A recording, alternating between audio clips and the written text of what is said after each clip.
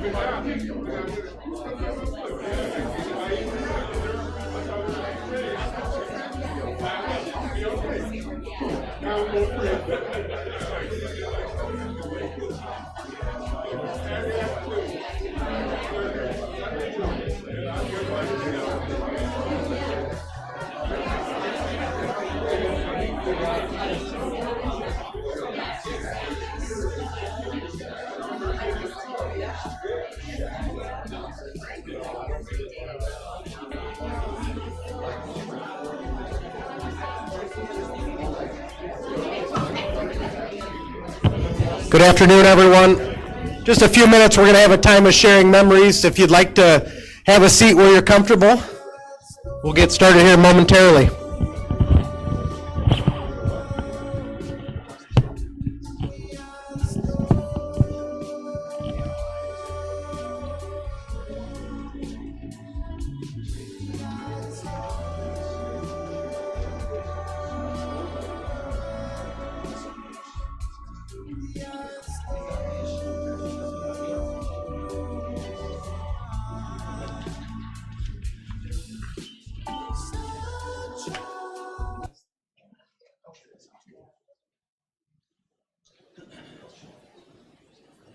Waiting for Jane to get back.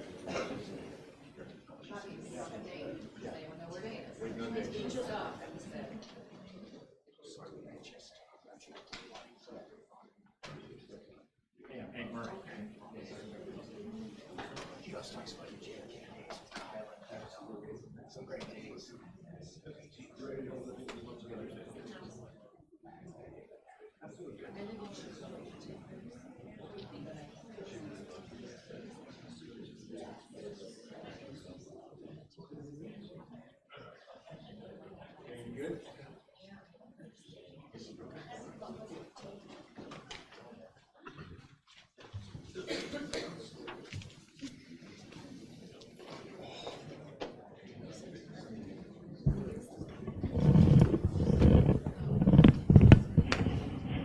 Just gonna sit over there. All right. You're gonna sit there.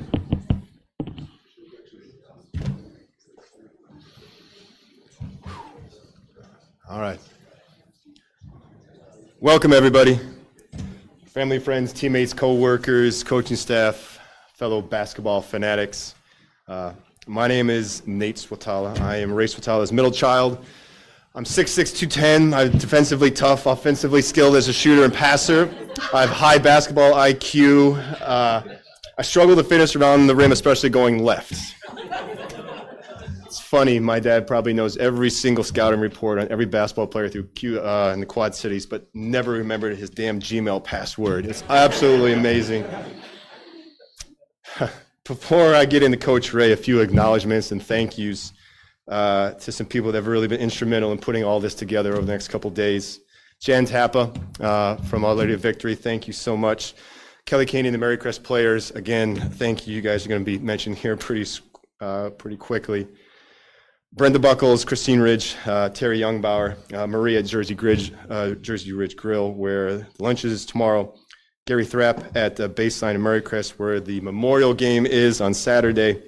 And then Helen McCabe, Nick Hoyt, who is absolutely been incredible. I don't know if that's how everybody in this industry is, but he has been absolutely God sent for us in this process. So thank you to those individuals. Everyone has been incredible. We've had so many people reach out to everyone in our family, and thank you from the bottom of our hearts. It's been incredible to hear all those stories. To my brother Dane, thank you for traveling halfway around the world to be here. Britton and I could not imagine going through these last 2 weeks without you. Thank you for bringing the moments of levity in a time when we really needed it, especially at a recent family meeting when he brought up an Australian pen pal named Debbie that Dad had back in college. If you're all thinking to yourself, I didn't know he had that. Neither did we until Monday. So now we are all in the Mystery of Debbie fan club. Welcome to the fan club, everybody. You picked up the Swetalla basketball legacy torch and will continue our dad's life work. He is, you have been, and will continue to be an amazing inspiration to us all. And watching your career take shape and continue the legacy of our father. To be, Britton, Dane and I will get a lot of praise and kind words and compliments for setting all this up, for taking such good care of our dad over the last 15 years, during all of his health battles. While Dane and I played our part, no one took more on than you have over these last couple of years. It's hard to fathom, and John, you are absolutely part of this as well. The amount of time, energy, resources you have put into looking after our dad. God knows it was not easy. But what I also know for sure is that he would not have spent as much time on this earth without you. That we all got more hugs, more stories, more time with him because of you. So on behalf of all of our family and everyone in this room, thank you, and we love you. Now on to Ray Ray. I'm going to talk to you about Ray Ray and what I believe are the 3 phases of his life. Most of the conversations, stories, and speeches over the next few days, and have been today, are centered around basketball. But I'm going to spend a few minutes talking a little bit different angle. Don't worry, there's basketball in here as well. Born to parents that grew up during the Great Depression, he was the oldest of 3 boys on a farm in rural Wisconsin. Now throw out the idea of a modern farmhouse living that you would see in Home and Gardens magazine. His childhood was not filled with Disneyland or helicopter parenting. Hell, their home didn't even have indoor plumbing until he was in middle school. Can you imagine going out in the middle of the winter across no sidewalk, going into an outhouse to go to the bathroom? There's no insulation in there. All right, there's no exhaust fan. I know, I've been there on our family vacations. Then they got really fancy and got their first TV when he was a junior in high school.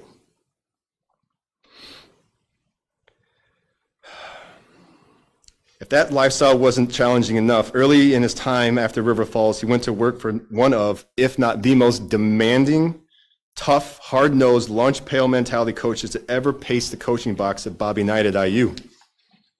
It shouldn't come to surprise to anyone that disciplined, stubborn, and a tough son of a bitch would be a way that we describe him. And that was most people's interaction with him in his early years of coaching. This was way before the term Ray Ray came around from his Davenport Central days in the early 2000s. So it also shouldn't come as a surprise that not everyone appreciated his mindset all the time. I can think of a few administrators and players and parents that wanted to take a swing at him. If I was honest, I was one of those people too. But I believe that if his ire was ever pointed in our direction, it wasn't to tear us down, it wasn't to shame us. His heart was always, always in the right place. His message and his actions didn't exactly land appropriately all the time, if you know what I mean, but he saw that we were capable of better. Maybe we had a misstep, maybe we were being selfish, or maybe the decision wasn't good for us individually, but they were better for the team, or for the community, or for the school. The next phase of his life was us, was kids, a shift to family life. Basketball didn't fall by the wayside by any stretch of the imagination. I mean, Britton, Dane, and I, we grew up in Marycrest Gym. This was the area when he dug in his roots in the Quad City basketball community. He made lifelong friends. Somehow, for reasons that no one can really put a finger on, the stars aligned and his bonds he made with the players and community at Marycrest became unbreakable. He would continue to make incredible connections at Davenport Central, Augustana, Assumption, Rock Ridge, and St. Pat's. But his time at Marycrest was special. And there's one story I'm going to share. We've all heard it before, maybe. Maybe you haven't. Once upon a time in Marycrest, they were playing against St. Ambrose, and Dane and I couldn't have been more than 5 or 7 years old. The halftime entertainment was going to be a paper airplane throwing contest for whatever it was. We knew this ahead of time, so we brought in my dad before the game even started, and we were putting paper clips in the nose of the airplane so they'd go farther. All right, so fast forward to halftime, we get out there, there's a bunch of students and us, and the students throw their airplanes and they go right into the ground. And that one goes backwards, and Dane and I sense the other side of the damn court. So we win. We're so excited. Now, all right, stage is set for 2 excited kids, and one of our prizes was Magic Johnson cutout, a 6'9" cutout of Magic Johnson, 6-year-old, 8-year-old, running in to show their dad. Well, we didn't know that our dad was reaming into his team at halftime. They were losing to Ambrose in a big rivalry game. So my dad had colorful language. You can, get in the damn stands. And all of a sudden, Magic Johnson busts into the locker room, right in the middle. I'm sure he just stopped. I wasn't there, I was too young, but from what I heard, players, everybody just completely lost it. And I heard, that was it. Speech over. Speech over. It's unbelievable. Those guys in those huddles and those locker rooms became an extension of our family, and still are. The shit I heard from a bunch of 20-year-olds at the time on those team buses to and from games, man. Coaching was what most people think about when they think of Ray, but I don't necessarily think of it like that. That fact hadn't really dawned on me until I was driving up to Northwestern last week on the day we found out he passed. The ride up, I was only thought about more traditional father-son moments. Moments that filled my heart, but also sometimes made my eyes roll. Thanks to my amazing wife, I get to experience fatherhood with my son, Avi. And I'll look back at my time with my dad with a little different lens. My first memory of him was when I couldn't have been more than 3, waking up in the middle of the night, him making me peanut butter and jelly sandwiches.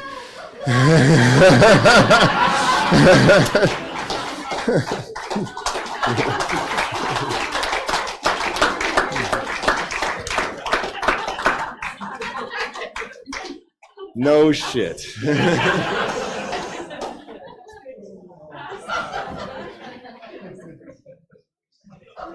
We stand up. We're going to stand him up. He's there. He's there. You set him down. Nice timing on that one, buddy. Well done.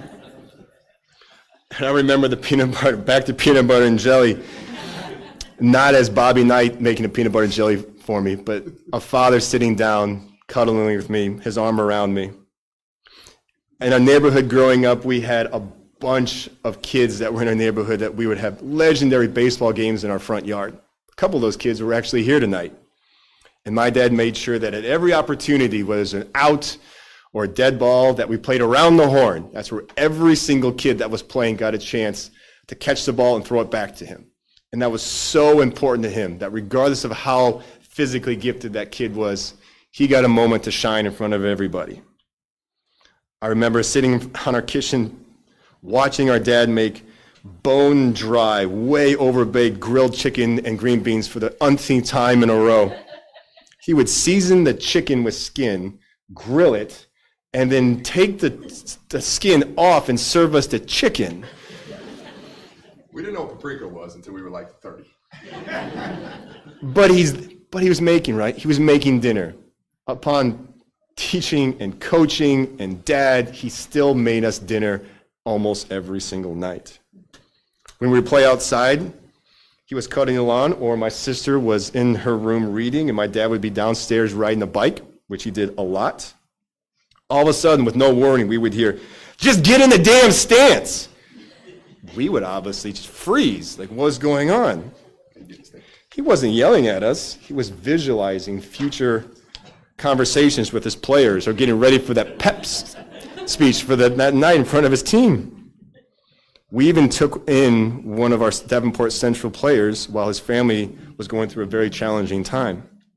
It's impossible for me to count how many times he would go to and pick up kids from their homes, take them back to summer workouts, to games, to practices, to whatever they needed to do because their family didn't have the ability to get them there. The third phase started about 15 years ago for my dad's life when he was diagnosed with cancer. This is where we all witnessed a dramatic shift to family above all else. In the time, there was a lot of hard times. But also, from those dark times, is a shining example of what true grit and fighting is all about. He became a grandfather to Caleb, Cade, and Avi. He took a supportive role instead of a leading role in the basketball world. He spent a lot more time reflecting his career. As we moved through that phase, it became abundantly hilarious, sometimes frustratingly clear how our dad could not separate coaching and locker life from home life. In his early coaching days, most families had holiday photos hung on their walls. We had pictures of stoic lions on cliff sides about leadership. I don't think that man shut the door to a bathroom to take a piss in 30 years. Every single member of our close family, everyone, including spouses' parents, have seen his bare ass walking to the bathroom to a bedroom. Not in his house, by the way. While he had a few shortcomings, as we all do, he had amazing and talented people in his orbit that he could, and maybe a few times often did, a little too often, help him navigate life outside of the game. But that support only comes from Ray, at his core, being a great person. It's why so many people, many of those folks are in the room right now, helped him to cancer treatments, brought him groceries, took him to basketball games, listened to the same stories repeatedly, received texts with the same pictures over and over and over again. It's a culmination of a life spent building meaningful relationships. In this third phase, he went through a refocusing on what was truly important, a mindset he embraced increasingly as he moved through his final phase. Coach Ray lived a life in the pursuit of passion for the game of basketball, but often used the game as a medium to teach, mentor, and strengthen communities.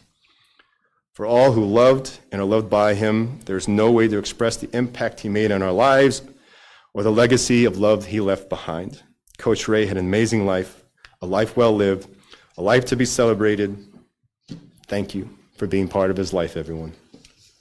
Thank you.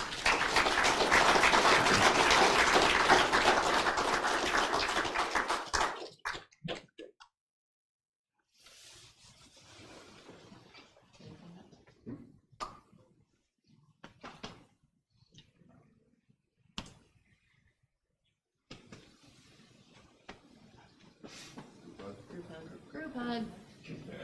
I'm so small.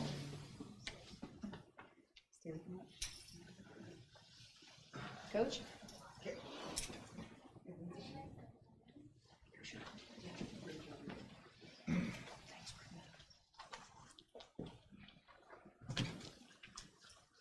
It's like he never left. He left his water car. I think, looking at everybody here, the greatest thing about Coach was how he brought people together. And all the people that were here earlier tonight, coaches, officials, teachers, friends, family, and just some tremendous people. And I think that's what it's really all about, and that's his biggest legacy. One of the favorite sayings Coach had was, keep coaching them up. I'm sure many of you have heard him talk about that before. He said that often, and that was kind of his philosophy of life, keep coaching people up. And as Nate described there, he's had a lot of adventures, and he's been a lot of places, and he's coached a lot of people up over his lifetime. He was a master storyteller.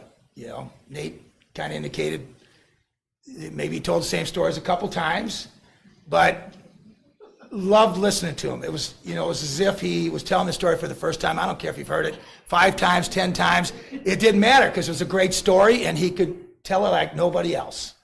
And that's one of the things I'm truly going to miss about him. But I'd like to share a couple of the stories that, you know, he talked about. I think one of his favorite ones was the Indiana story with Mike Woodson.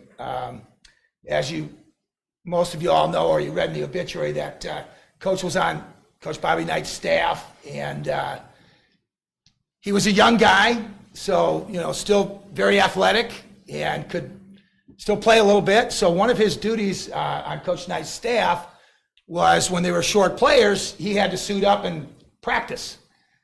So on a particular day, he said his assignment was to guard Mike Woodson. And, you know, for you young guys, you know, grandsons, you look up Mike Woodson when you go home here. Tremendous player, you know, NBA player, great college player, Olympic gold medalist.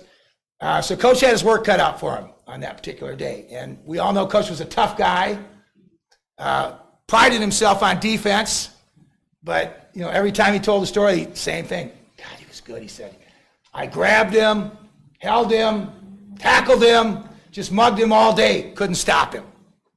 So, you know, at the end of the story, Coach would always laugh and say, you know, hey, held Woodson to 50 today at practice, you know, and he was actually quite proud of that. And we're thinking, 50, Coach, come on, you know, don't tell your Marycrest guys that, you know.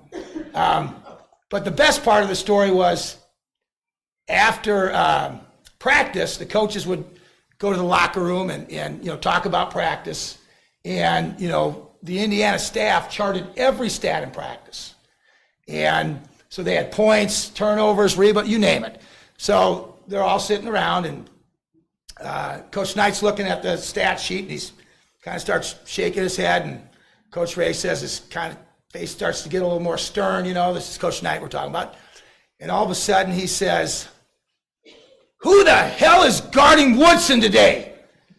And, you know, the room got silent, and all the coaches, everybody's just kind of looking down, and nobody's saying anything. And of course, I had to clean that story up in the language a little bit, because Coach Knight's language was a little bit more, as Coach Ray would tell, was a little more colorful. But I think Coach Ray learned a valuable lesson that day, that sometimes it's better to keep your mouth shut and don't answer every coach's question. So, Dallas Duo, who's in the audience here, Dallas and Ray often talked about a story. They both had some great teams, and one year Dallas had an outstanding team, and he was going over to Davenport Central to play Ray's team, and Coach Swetalla had a great team that year too. A lot of guys I saw earlier tonight. Carl Peterson was on that team, James Ball, to name a few, and so going to be an epic matchup. Well, game didn't turn out so good for Coach Dua. Davenport Central blew him out. And, you know, like all good coaches, he went home and his staff, and they watched the film, and he said, God, we're really soft. We just didn't compete. So Dallas comes up with a plan. He says, when Central comes to PV later in the season, we're going to be ready. So in the meantime, he goes out, he gets this idea. I'm going to go out and buy every kid black socks. We're going to wear black socks. We're going to be tougher than Central when they come in here. Well, okay. So pregame warm-ups come around, and most coaches usually visit with the other coach, you know, a little bit before the game. And Dallas kind of settles over to talk to Coach Ray and before the game, and Coach Ray's just kind of laughing and smirking, and pretty soon he just leans over and whispers in Dallas, hey, those black socks ain't going to help you at all tonight. Well, to make a long story short, Dallas actually ended up winning the game. So in the handshake line after the game, you know, coach is a gentleman, of course, and shaking Dallas's hand, and he shakes Dallas's hand and says, congratulations, good game. And he whispers in his ear, hey, and by the way, where do you get those black socks? So they all laughed about that and got a big kick out of that. But Dallas has been a great friend for Coach over the years. But some great competitors.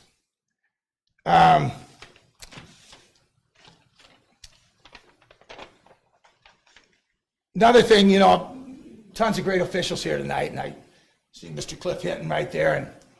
And, you know, if you talk to any of the officials, and I know this is not true of every coach and official relationship, but Coach Ray had a great relationship with officials. He really, really, truly did. When he was coaching and even after, because he always ran these leagues and different things, he'd always have to, you know, sign up officials for doing all these summer leagues and et cetera. But, you know, he was a very passionate coach, obviously, and very, you know, intense, but he never really was a complainer with the officials. You know, he might get on his kids or, you know, might get animated about something else, but he was not a guy that yelled at officials and complained. And officials really liked working his games. You know, they felt like they were going to get treated well and enjoyed, you know, doing a game where a coach is not going to get on them all throughout the game. Well, fellow friend and longtime coach Mark Bigler reminded me that Coach had a tradition to give officials who visited Davenport Central T-shirts before the game. And Coach Bigler also said, and he made sure that you as an opposing coach were in front of that to see that. And he'd also look over and smile and smirk as he handed them their T-shirts. So, I don't know, you know, Coach always was looking for an edge, you know, like any good coach would do. So I got to give Coach credit for that. Mary Crest players, oh man, you know, so many of them here tonight, and there's many that weren't able to come. They're scattered all around the country, but you guys have been just unbelievable for Coach's family and Coach over the years. I've been fortunate enough to attend some of your functions. These guys have been doing this for 20 years. I was talking to Kelly Kane before. I think Kelly's going to come up and talk a little bit, so I won't steal all your thunder, Kelly. But 20 years, you know, every coach would love to have kids that played for them want to spend time with them after their playing days are over. And these guys, Coach was there almost every year. I think there was maybe a couple times they said where he was doing treatments in Chicago that he wasn't able to come. But, you know, this was one of the highlights of his year. He always talked about it and just took tremendous pride in these guys. And Nate alluded to it earlier, that you guys are just an extension of Coach's family. I mean, it's just, as a former coach too, just seeing this kind of relationship between players and coaches is it's just unheard of.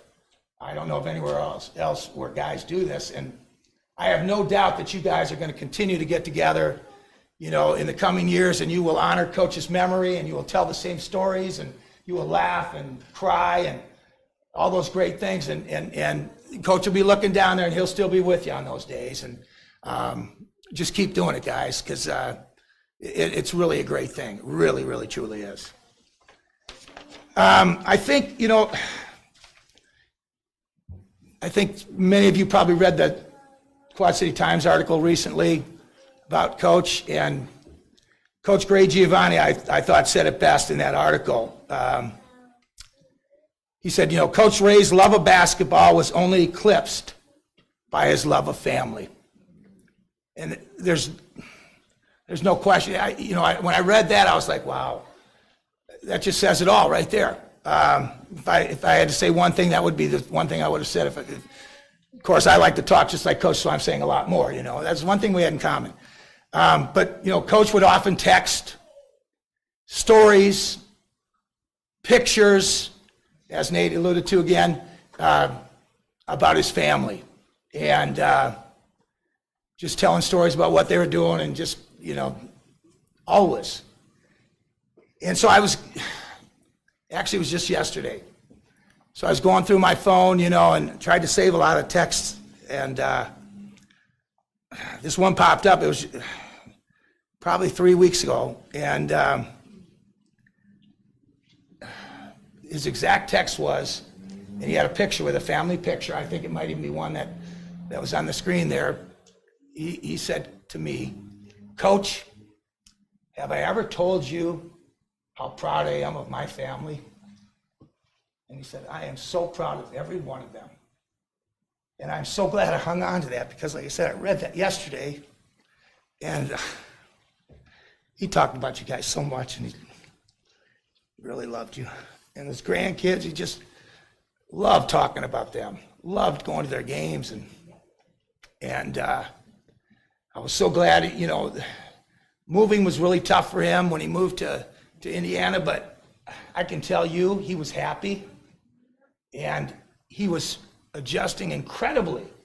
I only got to see him one time at his new place and spent the night with him, and we went out to eat, and like I said, it was a great day and a great night, and he was getting out to games. It was like a new adventure, and we all know that was one of his favorite pastimes, going to basketball practices, meeting new coaches, going to games. We'd always go to games, not just games that we knew players or coaches. We just go to games just to, you know, because he's like we all know, a basketball guy.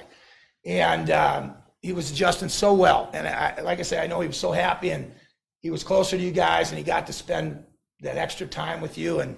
And I was really excited for him. I think in closing, the one picture that stands out, he's got some great pictures, and we both love to, look at that one. We both love to take pictures, but one of my favorite pictures, and I got to get Dane to send it to me again because I couldn't find it, and it's probably up there, that old picture of him sweeping the floor at Davenport Central. You know what I'm talking about, Dane? And that was one of his favorites. He texted that one often. And there's, Dane, you always had great quotes along with the picture, and how proud you guys were of your dad, and this is my dad, coach. And, you know, not all coaches are guys that want to go out there and sweep the floor, you know, but that's the kind of guy he was. He did everything. But that picture, to me, it was like a Hoosiers movie picture, you know. He's out there all by himself, sweeping the floor, getting ready for practice.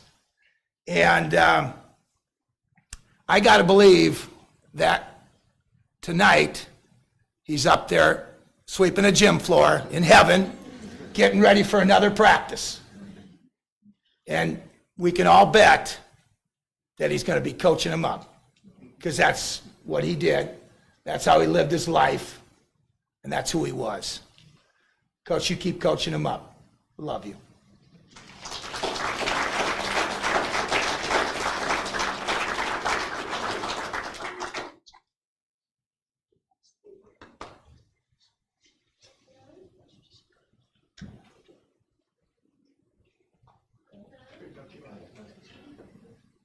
Dan, Gary, Dex, come on up here with me, Rod, Brian. Did I miss anybody? Any other players here? All right. I'll start off by a few things to say, and we had several that couldn't make it, travel, sick, and stuff like that, but everybody wanted to make sure that they were thinking of all of us here. But starting off with the one word, by the way, is my practice plan. Anyway, you know, coach. One word I think a coach is, and we all think is warrior. We all knew that when we committed to Marycrest and to go play for coach.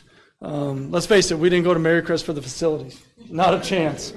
You know, we went there to get a degree, to play for coach, and to play for some other guys with the same mindset and goals that we all had with the love of basketball. And one thing we all talk about still, and we talk about our annual get-togethers 30 years later, how hard we worked every practice, the battles, how we competed to the max every day. And that was the mindset coach instilled in us and required us. It was not an option. And the core group you see here, and some of the guys that are not here, they made it through 3-4 years. And part of that is because we bought in. There's a lot of guys that didn't make it. And I think that's the reason why we're still good friends here 30 years later. He instilled discipline, structure, and preparation. We learned a ton from him that we've used in our own lives with our kids. Many of us have coached. And I can say I use 90% plus drills, things, you know, all those drills we hated, 3-on-3, no dribble, 1 versus 2 full court, stop 3 possessions, don't let them get a foot in the lane, you know, all those things. It was probably a lot more fun coaching our kids to do that. But anyways, those are great drills. Again, it's discipline. We all learn from them. And he preached being the strongest, hardest working, and most professional team. He showed that over the 15-year fight against cancer and other health challenges. He overcame more than anybody we know. And it started with his first bout of cancer, and then, you know, remission, then the other came back, and then we started really hanging around him a lot. You know, I mentioned, you know, we've gotten together for the last 15, 20 years. He's been at every one of them outside of being in Chicago for some treatments. He would be there, you know, early on we were been drinking all day, and we'd play 3-on-3 in the driveway, and he'd just sit and laugh because we were idiots, but we love basketball. Now, the last 10 years, we're too old. We're not doing that anymore. We're over by Marycrest doing a pub crawl, but the stories never change. And I can tell you this, stories are about families, and Marycrest, families first. How's everybody doing? Marycrest stories, sure, they get great. They get better each year. Probably some details that aren't true, but who cares? We had fun with them. But we're thankful to Coach. We just talked about this a few months ago, bringing us all together, because here we are, and TYU alluded to it, 30 years later. Here we are, good friends, and Coach is a good friend for the last, since, he's a mentor coach, but then he became a very good friend in addition to those two. And we can't thank him enough. We thanked him a few months ago when he had to get together. He had just got done with treatment, and he wasn't feeling good, and for him to fight to be with us for an hour that day was incredible. And we talked, in his memory, as you guys know, was laser sharp. I mean, some of the things, there was details he remembered that I can say I don't think any of us did. A lot of details. And then I mentioned to you, Dane, a year ago, a bunch of us got together around Christmas time, and your dad was ready to go. Well, I'll say 30 minutes, I'll say 30 minutes. You bought around, I bought around, whatever. But the stories kept going for another 2.5 hours. And it wasn't because he was feeling great, because he wanted to be there, and he's tough as nails. And so those types of things is what all bring us together. And TYU said it best. Even my daughters say, but this is where you went to school. You guys don't understand. The people is what matters, not the brick and mortar. And what we have here, guys, is incredible, and it's due to your dad. We love you and miss you, Coach. I'm going to close with one of the best words of wisdom that he said several years ago, and then you guys can say a few words if you want to. Nobody cares how many points you scored or how many games you won or lost. But it's all about how good a person you are and how good a dad you are to your kids. So, thank you, Coach. You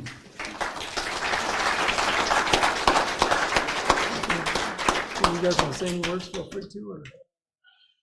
I think my words would just go to Brittany, Nate, and Danny.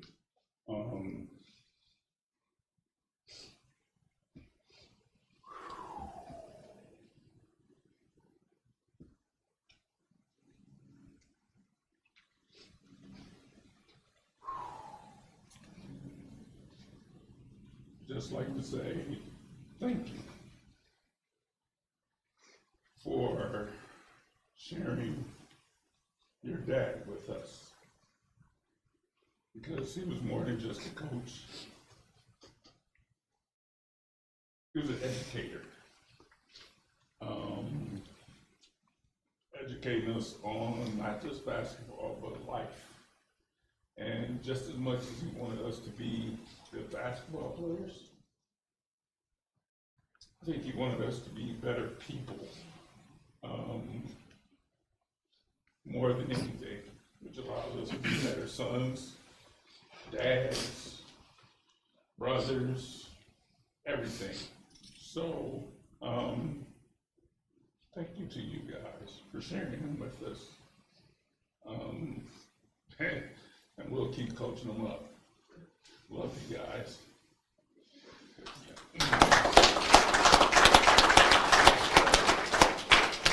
I'm just going to reiterate in perfect words, Dex, it's great. He taught us to be men and to be respectful. Mm-hmm. And when we went on the court, we're doing it our way. Now, I didn't necessarily like it all the time, because this stance stuff, I wasn't a big fan. But he certainly taught us to be men. I think that's why we're here today. And he does talk about family all the time. It comes first. So, thank you again. The three words that resonate with me with Coach are trust, loyalty, and of course hard work. The only thing, Coach, I wish you just would have been a little bit harder on the referees. That's true. Sorry to the refs in the room, but just a little hard. We love you. We love you, Coach. We're going to miss it. It was never the refs' fault. It was always our fault. For sure. I remember in our locker room at Marycrest, Rich, since he was the AD, we had our own special locker room for the basketball team. I went back after school closed and it was just beyond the baseline, and I went to use the restroom, and I'm like, I wonder what that door, and the door was unlocked. I went in there, and it was still the hall. It was still just like it was before. And up on the wall was still the sign. And to this day, I know that's how Coach fought to the very end. No excuses, find a way. Because I remember talking to him one time, I'm like, well, what if there's a reason? No excuse, find a way. He's like, but nope, no excuse. And then you become a parent as soon as a kid says something like that. But yeah, no excuse, find a way. I don't envision the first doctor that says, you have cancer, don't care, no excuse, find a way. Okay, but no, find a way. But that determination, that drive, that you have to live by, no excuse, find a way. I think you actually said that to a doctor once. He told us he did. He told us he multiple times. Yeah. Yep, you did. I've taken that to heart as every day, you get up, you want to be in a bad mood or a good mood? Be in a good mood, find a way. Find a way. And now we have to find a way to continue on. So thank you, Coach.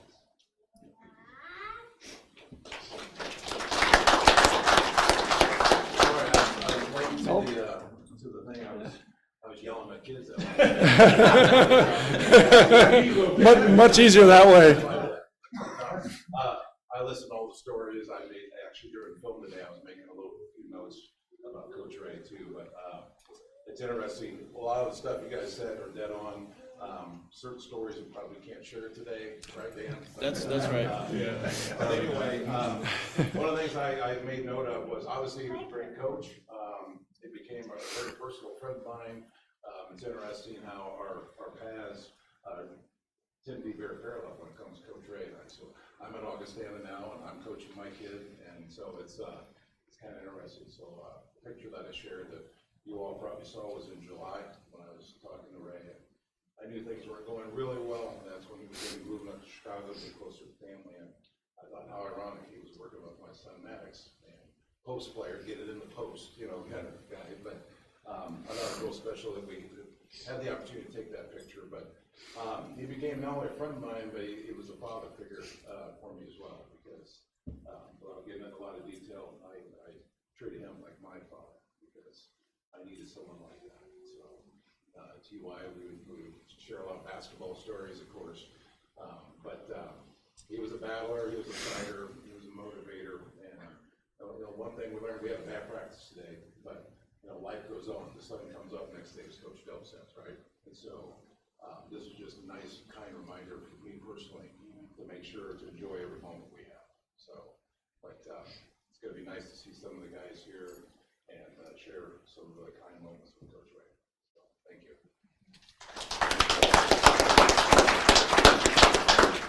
A lot of fond memories of Coach Ray. Two that I was telling my wife on the way over here. Coach he believed in 10 passes before you shot. And I didn't believe that. After one or two passes, if I'm open, I'm and so Coach Ray stopped practicing one day. Rodney, 10 passes, beep, beep, beep, beep. That's the ninth version. But the fondest one that I have with Coach Ray is I didn't know where I was going. And Coach Ray drove 2.5 hours to pick me up to bring me to Mary Chris. And I've been here ever since, and that was back in '88. And I'll never forget that. I never had someone do that for me. And it was a special moment. My mother, when she was alive, she loved Coach Ray. She always used to talk about Coach Ray. And just being under his leadership, under his guidance, he was like a second father to me. And I'll never forget what he did for me personally. And what I can say to you, Brittany, Dan and Nate, he loved you guys. And I just remember when you guys were in the gym, you was running around, You were this short.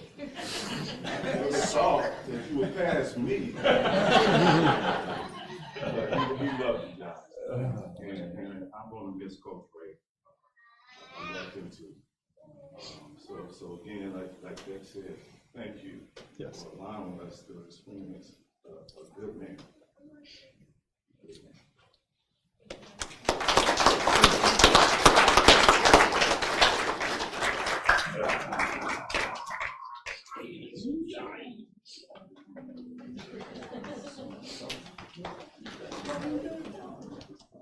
He predicted how big this dude was gonna get. Oh my God.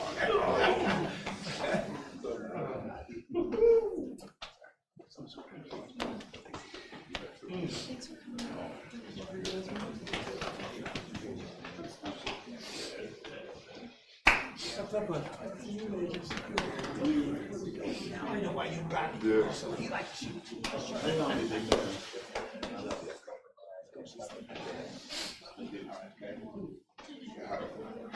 Everybody does. I don't know how the hell I'm gonna get through this. Jesus. Yeah, I'll be fine.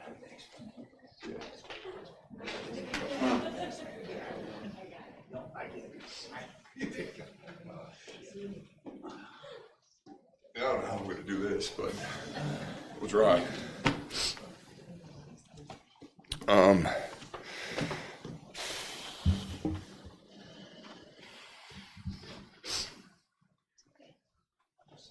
know.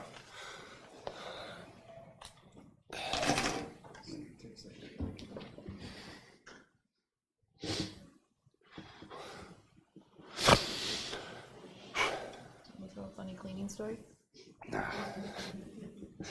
I got to break the ice with something, but I don't know. Can I tell a story about Ray cleaning bathrooms? That doesn't happen, but. Oh, yeah, geez, please do. All right. Well, to give Dane a moment. No, that's it. Go ahead, tell him. All right. Well, I got the fortune to be Ray's roommate for a long time. And yes, everyone has seen his bare ass because he thinks everything's a locker room. Well, if anyone's seen Ray's house, it's always picked up, but his cleaning routines were a little interesting.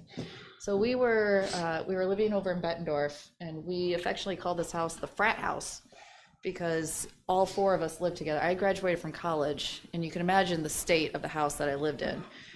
And Anna knows this one well. The bathtub needed, like the shower needed to be clean. And I came home I just started working at Palmer. I came back, I was like, Dad, did you paint today? Instead of cleaning the shower, he decided to just paint it.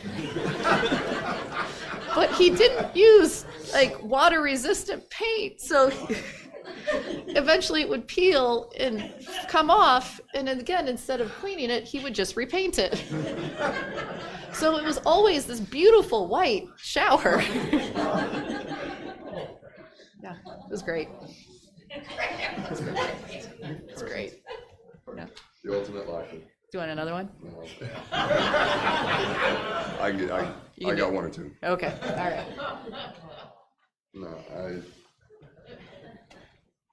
that is, I don't remember who I was talking to outside. Is somebody in Epping? Who was that? I'd never met him. I think he came on the 70th. His sense of humor was, I think, one of the most kind of like, I think maybe underappreciated kind of characteristics about him. No, but he loved to laugh and he loved the story. And again, everybody in here knows how much, like, I get it. I resemble him. I sound like him. My mannerisms are the same thing. I touch and move and everything about how my dictation, it's all like him. And I found something, and I shared it with your guys in the Mary Crest group. I'd never seen this before. And it's in that book that he kept that catalogs his entire life. He says he doesn't care about stats, but all the stat sheets are very much explained about what his percentages were. Yeah, which I found a couple things. I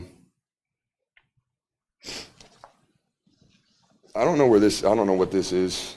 I don't know where it came from. It's got quotes on it. And I've never, like, I didn't see some of these. You know, it's like there's the little layup shooter. Would you, I can't, there's no way. But I saw one called 89%. I don't know, did you guys ever heard, did he ever say this to you? It's a quote called 89%. No one gives 100%. Forget all this talk about 110%, 120%, or 200%. All players loaf, even great ones. Push yourself, fight yourself, and make yourself hustle more and more. There's always more you can do. I don't know if these are his or if they came from someplace. But I don't know, this one resonated with me because, you know, for all he was, he wasn't perfect. I mean, in certain aspects and spaces, and, you know, we care about family, but we know not every family's perfect, but 89% is pretty damn good. And then I read this, and this is the Marycrest Basketball Program Principles Guide, which I don't know if you guys got this in year 1, year 2, year 3, 4, whatever it was, but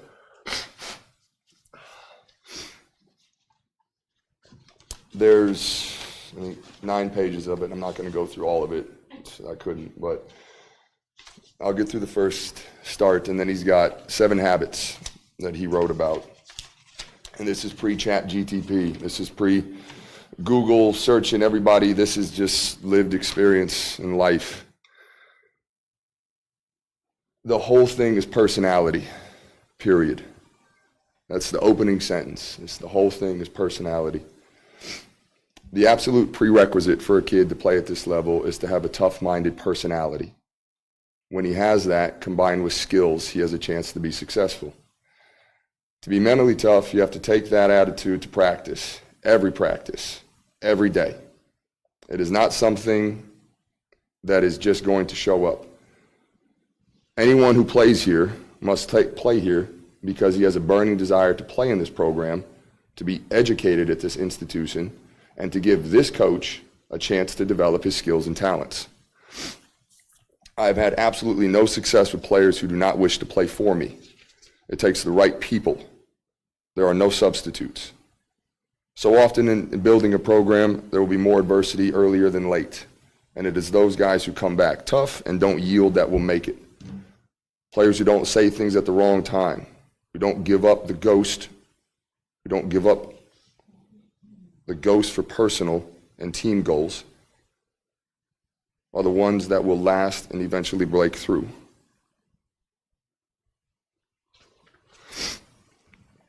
We would like to tell you of the services we can provide you should you be interested in participating at our program.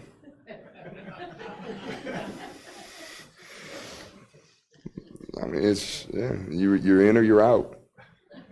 We are very proud of the system we have established here at the Marycrest International University. Again, you guys talk, it's treated as like it was the pros. The following characteristics are some of the services we can offer you. We expect tasks to be completed in a quality manner. Quality has no levels. We have developed a quality setting for our program. I will treat each situation as though my own son or daughter were in the program and give everything I have to them, my best effort. We have developed a solid technical philosophy. We stay with it, we work at it. We play the game the way it is supposed to be played. We get good kids first, good people, people with good character. We get kids who love the game and a team that loves to play the game. We get kids who want to be here at Marycrest. We get our kids fundamentally sound. We drill it until it is correct. We get students in good shape mentally and physically. Our strength conditioning program will let you reach the level of world-class conditioning. We develop a team defense, man-to-man. We guard people, and we rebound the damn ball. I had a damn, I'm sick. I just feel he would have said that. In his head, he would have said it, and then he said, and we rebound very well. We develop a team that plays unselfishly. We eliminate egos. We have kids who give to the team. Augie, team first. We develop upper-class leadership by giving kids standards and responsibilities. Quote unquote, to them whose much is given, much is expected. With performance comes privileges. The quality of play you can expect is outstanding. We are in the Midwest Classic Conference, one of the top leagues in the whole NAIA. Our men's non-conference schedule is difficult, and the best competition and versus the best competition we can find. The farthest we travel is 4 hours, so your family and friends will have an opportunity to watch you play. Since we are committed to the importance of education, you virtually miss no class time as a result of basketball and will graduate in 4 years. It's not it wasn't an option, it's just, you will. Our system is quality and we run it with class. My assistant coaches, our trainers, the athletic department staff are good people who love the game. We have very high standards of our players on the floor, in the classroom, and socially. They know what is correct. This is us, quote unquote. They know what is not correct, quote unquote, this is not us. We expect the best, we have high standards of excellence, and we are very proud of the opportunity to play and coach here. Our purpose is to win the Midwest Classic Conference Championship and to hang a banner in our gym every year. Our team goal is very simple, to become the strongest, hardest working, best conditioned, most professional team in the league. Our program is like any good family, well-run business or organization. We recognize that if the people can answer yes to the following 3 questions, we will be very successful. Merry Crest guys, what are those 3 questions? Do you remember any of them? Will you get the stance? You touched on it, first and foremost. Can I trust you? Are you committed to excellence? And do you care about me?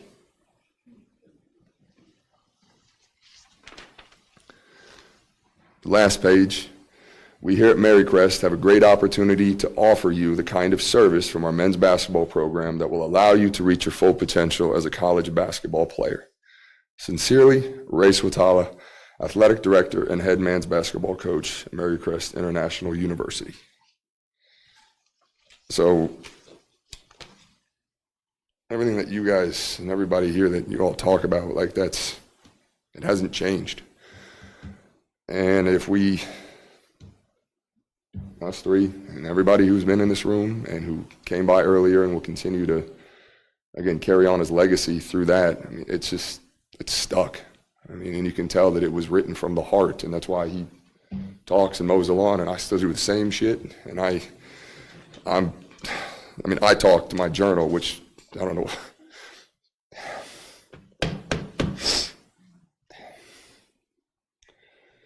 Yeah, COVID was rough in Australia.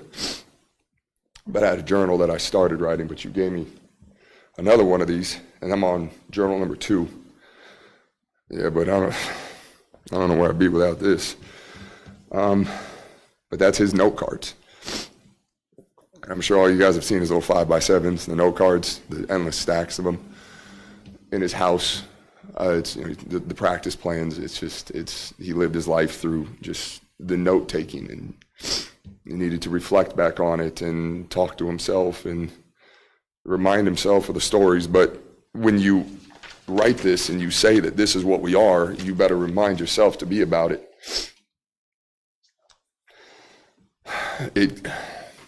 It goes on, but I just want to the 7 habits that he wrote about, and which when I saw this and I read it, it's why I had a lot of things that I was considering saying, but when I saw this, I wanted to read it because I don't know how else to describe him besides speaking literally with his voice in his own words. Before I read this, I've had my brand in Australia called Train with Dane for the last 10 years. It ironically named itself, but it was said too much almost with a joke and a smile because it was cute. I changed it to Point of Attack, which is a defensive mindset. And I learned it from a coaching friend of mine, Jeff Sparrow, who my dad actually became really good friends with, and they started talking with quite a bit. And the number 1 rule of Point of Attack defense is be proactive, not reactive.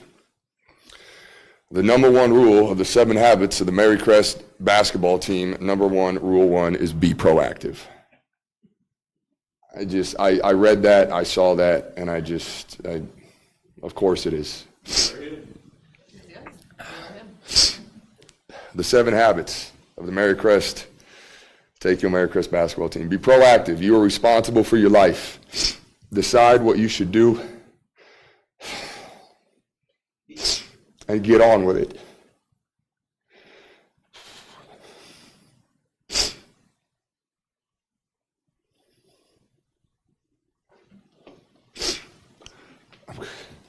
I don't need a sub. I'm good. Okay, sure? Okay. I'm good. All right, put you back on the bench. I'm good. Number 2, begin with the end in mind. Think how you want to be remembered at your funeral. Use this as a basis for your everyday behavior.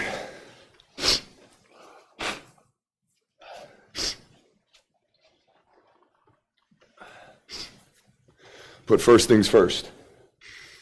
Devote more time to what's important, not necessarily what's urgent. Think win-win. Have an abundance mentality. Speak solutions that benefit all parties. Seek first to understand, then to be understood. Don't dive into a conversation. Listen until you truly understand the other person. Synergize. Find ways to cooperate with everyone. Value the differences between people. Is Art Graham still in the room? No? I ran into Art in Seattle a year ago. Do you remember the shirt he was wearing? I do remember you guys running into each other. Remember what it said? I was in Seattle. Seattle Storm. Yeah, I know, but with Alicia Balavanis, who was the daughter of Spiro Balavanis, who was my brother's second father and a mentor of him the last 15 years of his life before he got stage 4 pancreatic cancer. 6 months, got it, lights out. His daughter's the president of Seattle Storm. Go out to see her, spend some time around the club, and I get a photo of the side of my head sitting down with her on courtside, and it's Art Graham. And I'm blanking. What's Art's wife's name? Sarah. It's Art and Sarah, and they're sitting up there. And I go up, and he's got a shirt on, and it says, "Make a friend with somebody who doesn't look like you, and you can change the world." It was something like that. And that's what he's just out and about. That's the message he's just putting out there to people. So anybody that sees him, you see his energy, and then that's the message. So you synergize and you find ways to cooperate with everybody, and you value the differences between people. And number 7, you sharpen the saw. I believe that's iron sharpens iron. Continue to exercise and renew 4 elements in yourself: mental, physical, emotional, and spiritual. Jesus, I am him. I have things that I constantly, I write and I journal, and I showed Nate this when Nate sent me a photo and we were talking about music and art, and I draw on Sarah Graham, who was one of my art teachers growing up. Kind of helped me find that early passion for it, but I doodle and I sketch. And one of the things I draw is it's kind of it's a double arrow. It's a down, it's an up and a down, then it's an up and a down, or down and up. It stands for energy in, energy out, or it's energy in and it's energy out. And I put 4 things by those. I didn't read this before I started writing those, but it's clean mind, strong body, healthy soul, good heart. And those are the 4 things that I try to live my life with. And I know that as energy comes in and energy goes out, and as life moves on and everything that you guys talk about, and we all try to sharpen the saw, and you focus on a clean mind and a strong body and a healthy soul and a good heart, That's what he wants. And so each one teach one, and everybody keep coaching them up. And 89% is good enough.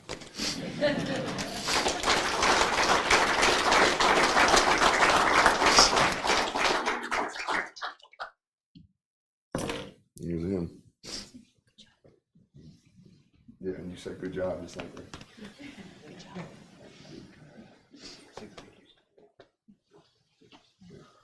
And this, I'm sorry, I didn't even say, again, thank you to you, and thank you to Nate, and thank you to John, and thank you to everybody. Like It's okay, we know.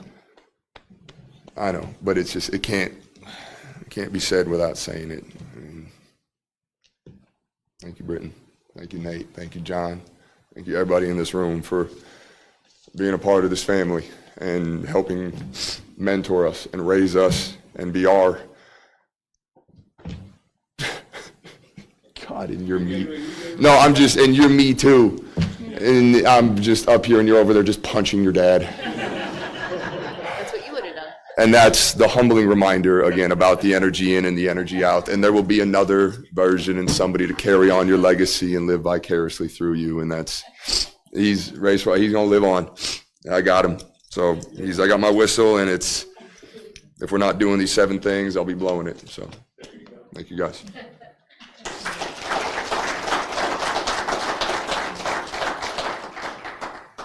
Not the stall, the short one. Thank you for coming. So on behalf of Nate and Dane, really appreciate you guys spending some time together and sharing stories, because that's what we wanted. He always said, I just want people to come together and tell stories. So we will continue to share stories over the next 2 days. We've got the services tomorrow. We will be having a luncheon at Jersey Grill from noon to 4. Everyone is invited to come and tell stories. And then for those of us who can still play, come on, Dexter. Come on. Come on. You can get up the court once. No, I just the hamstring probably. No. All right, fine, you can coach. All right, we will be having a memorial game at Marycrest. I guess it's now called Beyond the Baseline, but for us, it will always be Marycrest. It's from noon to 2, tip-offs at 12:30. Even if you just want to play 1 or 2 possessions, it's a friendly game, no matter how much he says it's not. He's the only one of us that can still dunk. But now listen, there will not be a trainer on site. So if anyone blows a hammy, all right, but please come. And then Augustana is going to do a memorial before the men's game on Saturday at 4:15. So please continue to come and celebrate with us and share all the stories. Make Ray proud and keep coaching him up. Thank you.